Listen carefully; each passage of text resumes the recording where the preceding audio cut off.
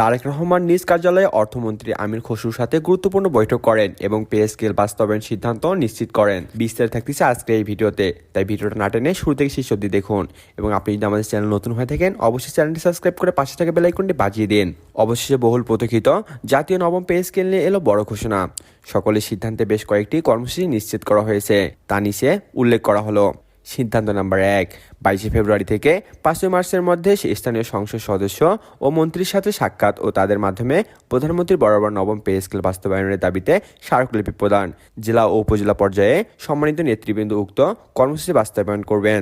সিদ্ধান্ত নাম্বার 2, একই সময়ে কেন্দ্রীয় নেতৃবৃন্দ মন্ত্রিপরিষদের সদস্যদের সাথে সাক্ষাৎ করে তার মাধ্যমে প্রধানমন্ত্রী বরাবর নবম পে স্কেল বাস্তবায়নের দাবিতে স্মারকলিপি প্রদান করবেন। সিদ্ধান্ত নাম্বার 3, পবিত্র মাহে রমজানে মাসব্যাপী বিভাগীয় শহরগুলোতে পে স্কেল বাস্তবায়নের দাবিতে প্রতিনিধি সমাবেশ ও সাংগঠনিক কর্মসূচি চলমান থাকবে।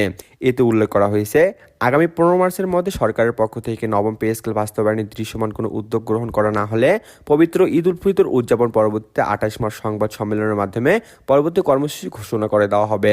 এর কিছুক্ষণ পরে রাজধানী তেজগাঁও নিজ কার্যালয়ে গুরুত্বপূর্ণ বৈঠক বসেন তারেক রহমান ও অর্থমন্ত্রী আমির খসরু। বৈঠকটি ছিল অত্যন্ত তাৎপর্যপূর্ণ, কারণ দেশে লাখো সরকারি কর্মকর্তা কর্মচারীর ভবিষ্যৎ আর্থিক কাঠামো নির্ধারণের বিষয়টি ছিল আলোচনার মূল কেন্দ্রবিন্দু। বৈঠকের শুরুতেই তারেক রহমান স্পষ্ট ভাষায় বলেন, ঈদের আগে যদি জাতীয় নবম পে স্কেল গ্যাজেট প্রকাশ না হয় তাহলে অসন্তোষ তৈরি হতে পারে। সরকারি কর্মকর্তা কর্মচারীরা আন্দোলনে নামতে পারেন। নতুন দায়িত্ব গ্রহণের পর সরকার কোনো ধরনের অস্থিরতা ও বিক্ষোভ দেখতে চায় না। তিনি জোর দিয়ে বলেন, রাষ্ট্র পরিচালনার মূল চালিকা শক্তি হলেন সরকারি কর্মকর্তা কর্মচারীরা। তারা যদি কাজ বন্ধ করে দেন তাহলে প্রশাসন থেকে শুরু করে উন্নয়ন কার্যক্রম সবকিছুই থমকে যাবে। একটি রাষ্ট্রের স্থিতিশীলতা নির্ভর করে একটি প্রশাসনিক কাঠামোর উপর, আর সেই কাঠামোর মেরুদণ্ড হচ্ছেন সরকারি কর্মচারীরা। এই প্রেক্ষাপটে তিনি অর্থমন্ত্রীকে নির্দেশ দেন দ্রুততম সময়ের মধ্যে নবম পে স্কেল গ্যাজেট প্রকাশের সকল প্রস্তুতি সম্পূর্ণ করতে।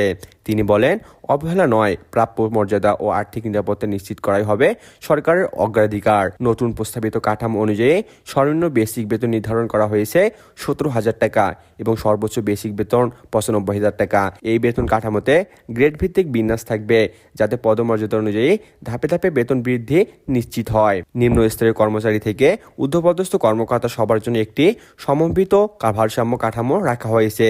এতে অনেক রকম ভাতা এর কথা উল্লেখ করা হয়েছে, যেমন উৎসব ভাতা বছরের 2 বার মূল বেতনের সমপরিমাণ, বৈশ্বিক ভাতা নির্ধারিত হারে, শান্তি ও বিনোদন ভাতা নির্দিষ্ট সময় পর পর প্রদান, দায়িত্বভিত্তিক বিশেষ ভাতা, ঝুঁকি ভাতা নির্দিষ্ট সেক্টরের জন্য, শিক্ষক সহায়তা ভাতা, সন্তানের টিউশন সহায়তা, মাতৃত্ব ও পিতৃত্বকালীন সুবিধা, প্রভিডেন্ট ফান্ডে সরকারি অংশগ্রহণ বৃদ্ধি, গ্র্যাচুইটি সুবিধা, শক্তিশালীকরণ বদলি ভাতা কার্যকর রাখা। এ সকল কাঠামো বাস্তবায়ন হলে সেটা হবে সকল চাকরিজীবীদের সবচেয়ে বড় পাওয়া। এবার সবার দৃষ্টি গ্যাজেট প্রকাশের আনুষ্ঠানিক ঘোষণার দিকে। সরকারি কর্মকর্তা কর্মচারীদের দীর্ঘ প্রতীক্ষার অবসান ঘটিয়ে ঈদের আগে কার্যকর হবে কিনা সেটিও এখন বড় প্রশ্ন।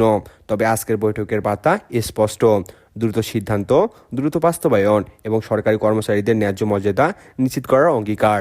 এই ছিল পে স্কেল সংক্রান্ত আজকের সর্বশেষ আপডেট। পরবর্তী আপডেট সবার আগে পেতে অবশ্যই চ্যানেলটি সাবস্ক্রাইব করে পাশে থাকা বেল আইকনটি বাজিয়ে দিবেন।